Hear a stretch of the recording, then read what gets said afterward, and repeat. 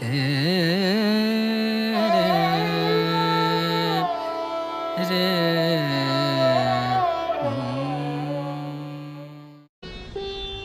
जानकी जी pick बहनी तो हैं, लेकिन यहाँ पिक बहनी कहने का कुछ विशेष आशय है।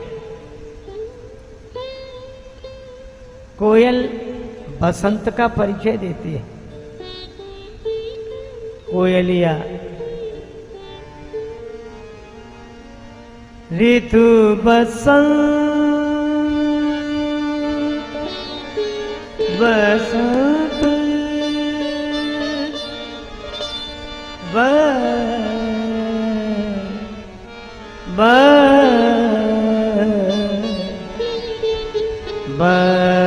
बसंत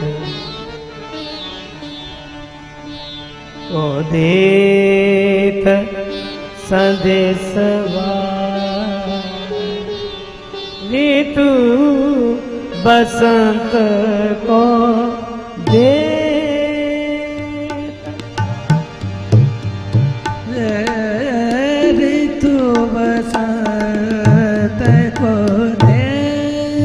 बसंत को देत देत कोयल बसंत का संदेश देती है। कोयलिया बोले अमुआ की डार पर ऋतु बसंत को देत संदेशवा। लेकिन एक अद्भुत बात है, वर्षा ऋतु जैसी सुहावन ऋतु पर कोयल नहीं बोलती। पावस ऋतु में कोयल, वर्षा में कोयल बोलती नहीं। श्री तुलसीदास जी ने कारण बताया।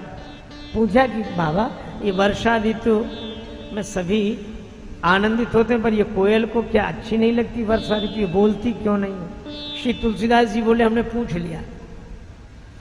कोयल इसलिए मौन हो गई, पावस आवत देख के गही कोकिलन मौन। पावस आवत देख के गही कोकिलन मौन, अब तो दादुर बोली है हमें पूछी है कौन। अब तो मेंढक टल जाएंगे मेंढक, इसलिए। पर कोयल बसंत ऋतु का परिचय देती है। और लक्ष्मण जी को तुलसीदास जी एक जगह वसंत का ही स्वरूप देखते हैं। सोह मदन मुनि वेश जनु रति ऋतुराज समेत। तो लक्ष्मण जी हैं ऋतुराज बसंत, और सीता जी उनका परिचय दे रही हैं, इसलिए बोली मधुर वचन पिक बहनी। और कहा क्या? सहज स्वभाव, यह सीता जी का स्वभाव है, इसीलिए जासु कृपा निर्मल मति पावो। इन्हीं की कृपा से निर्मल मति मिलेगी। आप सोचो, वे लक्ष्मण जी के लिए कहती है सहज स्वभाव। लक्ष्मण जी का सहज स्वभाव है, इनसे ज्यादा टेढ़ा स्वभाव और किसका होगा? अच्छा, और सीता जी से ज्यादा अनुभव किसे होगा? भरी सभा में महाराज जनक को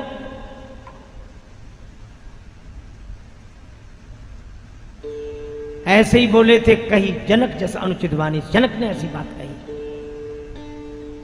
अच्छा, बेटी सब कुछ भूल सकती है, अपने पिता का अपमान नहीं भूल सकती। दूसरी कोई होती तो कोई कहता भी कि लक्ष्मण जी बड़े सरल हैं, तो सीता जी कहते अरे काहे कि सरल, हमसे पूछो, हमें पता है, तुम्हें अभी पता नहीं है। पर सीता जी सहज स्वभाव, ये निर्मल मति। अच्छा, फिर एक बात यह भी है कि श्री सीता जी को निर्मल मति लगती है, लक्ष्मण जी के सहज स्वभाव को ही देखती हैं। लक्ष्मण जी में सहजता सरलता देखती हैं। और दूसरी बात यह है कि अपने परिवार का सदस्य जैसा भी हो वो हम जाने, पर घर की बात घर में ही बनी रहे, बाहर सहज स्वभाव, ये बड़े सरल है। सुभग तनु गोरे। अच्छा, तो ये हैं कौन? अब सखियां कहेंगे हम सांवरे के बारे में पूछती हैं, ये गोरे के बारे में बताती है। नाम लखन, इनका नाम लक्ष्मण है। और ये मेरे देवर कहने वाले, अरे ये मेरे छोटे देवर हैं, नाम लखन लघु देवर मोरे। अब समाधान हुआ नहीं और समस्या उलझ गई। अब सखियां मुस्कुराकर एक दूसरे की तरफ देखती हैं कि ये छोटे देवर हैं, गोरे राजकुमार छोटे, तो ये सांवरे कोई बड़े देवर हैं, ये कौन है? ये इनका परिचय। मन हरन श्याम तन सोहे, कर धनुबान धरे, कहु सुमुखी रावरे को है, कर धनुबान धरे।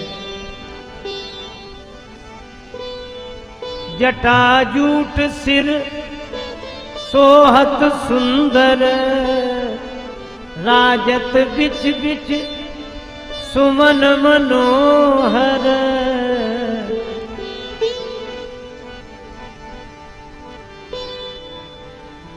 दृग अरुण तिरीछी भौं है, कर धनुबान धरे, कहु सुमुखी रावरे ये को है, कर धनुबान धरे।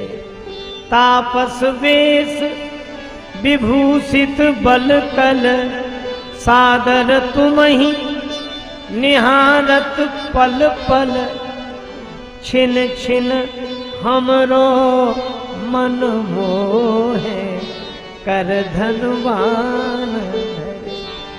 अब लक्ष्मण जी का परिचय तो बोल कर दे दिया। अच्छा चलो, रामचरितमानस में किस ढंग से दिया यह तो मैं आपको सुनाऊंगा ही, पर इस गीत में एक भाव, एक भक्त का सुझाया हुआ भाव कि कैसे ढंग से परिचय दिया। सुन सकुचाय सिया महारानी, बोली मधुर मनोहर वाणी, गोरे देवर सामरे वो है, कर धनुबान धरे। सांवरे तो वो हैं, कौन? जिनका परिचय वाणी से नहीं दिया जा सकता, मन समेत यही जान न पानी, राम स्वरूप तुम्हार वचन अगोचर, बुद्धि पर तो मानो संकेत ही किया। सुनी संवाद मगन भई सखियां, भरी नेह जल सबकी अखियां, राजेश जुगल पद जो है, कर धनुबान धरे। अब श्री सीता जी ने सोचा कि इनका परिचय कैसे दो, तो उन्होंने एक काम किया, बहुरी बदन विधु अंचल ढांकी। अब बड़ा विचित्र परिचय पूछा गया कि ये आपके कौन हैं? अच्छा, कोई किसी के लगते हो तो दो हो तब तो लगे। अब जैसे कोई पृथ्वी से पूछे कि पृथ्वी माता, ये धरती माता तुम्हारी कौन लगती है, तो मुश्किल हो जाएगी, क्योंकि वो दो हैं ही नहीं।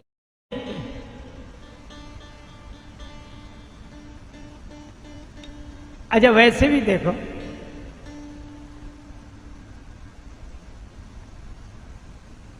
गिरा अर्थ जल बीच सम कहियत भिन्न न भिन्न।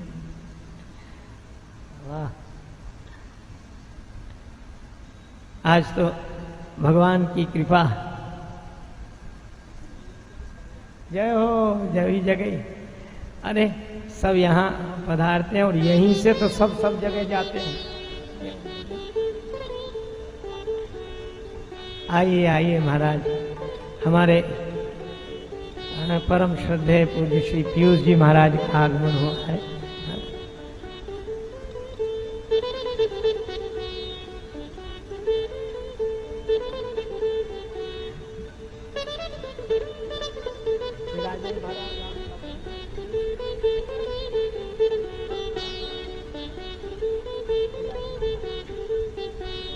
श्री पीयूष जी महाराज, और इन्हीं के द्वारा परमात्मा का परिचय मिलेगा। ये तनु चितई भौं करी बाकी। और जैसे ही श्री सीता जी ने देखा, वो तो भई मगन सब ग्राम बधूटी। परिचय मिल गया, परिचय मिल गया। रंकन राय रास जनु लूटी। अच्छा तो हमने परिचय दिया नहीं, परिचय मिल कैसे गया? सखियां मन ही मन कहते हैं कि ये तो हम पहले से ही जानती हैं कि ये आपके कौन है।